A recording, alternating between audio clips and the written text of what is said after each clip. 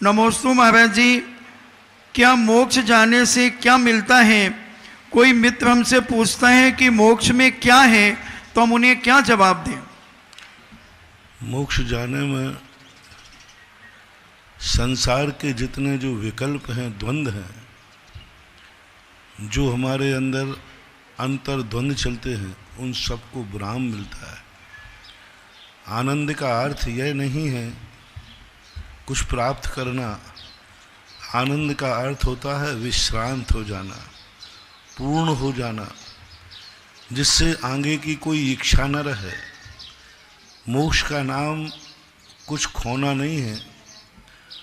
मोक्ष का नाम है जो हम, जैसे कोई व्यक्ति अभी तक दूसरे की कृपा से जी रहा था, दूसरे से कर्जा लेकर के खा रहा था, दूसरे के किराए के मकान में रह रहा था, ये सारे के सारे उसका हर सुख पराधीन था और उसका सब कुछ घर का हो गया। उसको कौन सा आनंद आ गया?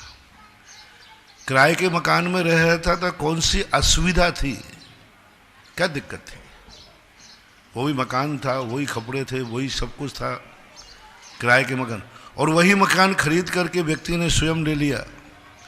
इन दोनों के आनंद में अंतर बताओ क्या है? उसी मकान में, किराए के मकान में रह रहा है व्यक्ति,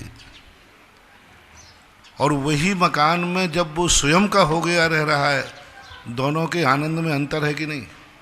कमरा वही है, सब कुछ वही है। पहले अनुभूति हो रही कि मकान पराया है, और अब अनुभूति हो रही कि मकान घर का। उसी गाड़ी के अंदर एक ड्राइवर बैठा है, 4 करोड़ की मर्सिडीज गाड़ी है, उसी गाड़ी में सेठ जी बैठा है। दोनों के अनुभव में कितना अनुभव है? ड्राइवर को 10,000 रुपये का आनंद आ रहा है, गाड़ी एक ही है कि दूसरी है, और मालिक को 4 करोड़ का आनंद आ रहा है।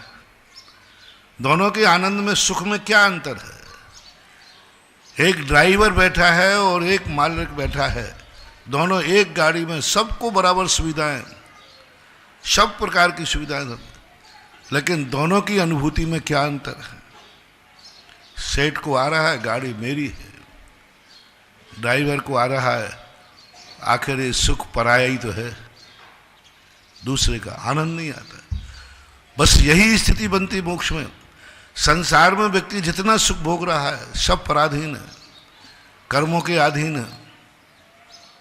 तुम पिता हो, बेटा जिंदा है तो पिता का आनंद है, बेटा मर गया पिता रो पड़ा। पिता का जो आनंद था बेटे के अधीन था, बेटा पिता के अधीन है, पिता मर गया, बेटा अनाथ हो गया।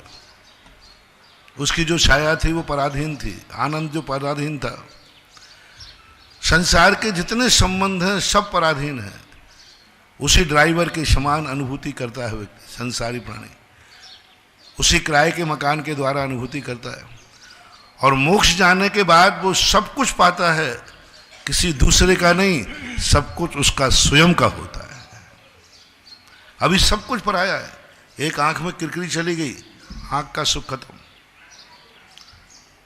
कानों में कोई पर्दा फट गया, कान का सुख खत्म, पराधीन है। एक कंकड़ ने तुम्हारी आंख का सुख छीन लिया, क्योंकि तुम्हारे देखने का सुख आंख के अधीन था, कंकड़ ने खराब कर दिया। एक कान का पर्दा फट गया, सुनने का सुख खत्म। गला खराब हो गया, बोलने का सुख खत्म।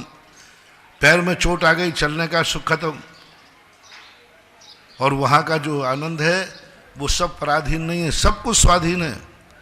क्योंकि वो आँख का आलम्बन नहीं ले रहा है, वो आत्मा से देख रहे हैं। वो कान का नहीं ले रहे हैं, आत्मा से सुन रहे हैं। तो ऐसा वहाँ सब कुछ पूर्ण हो जाता है और सब कुछ अपना हो जाता है।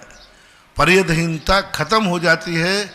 वहाँ द्रव्य भी अपना है, गुण भी अपना है, पर्याय भी अपना है, मकान भी अपना है, गाड़ी भी अपनी है और भोजन भी अपना है।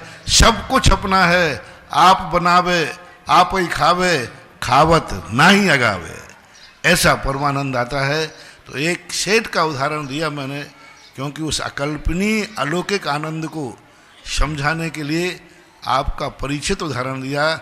आप दोनों को अंतर समझना कितना फर्क है। बहुत फर्क होता है ड्राइवर में और एक सेठ मालिक के आनंद में, ऐसा मानना।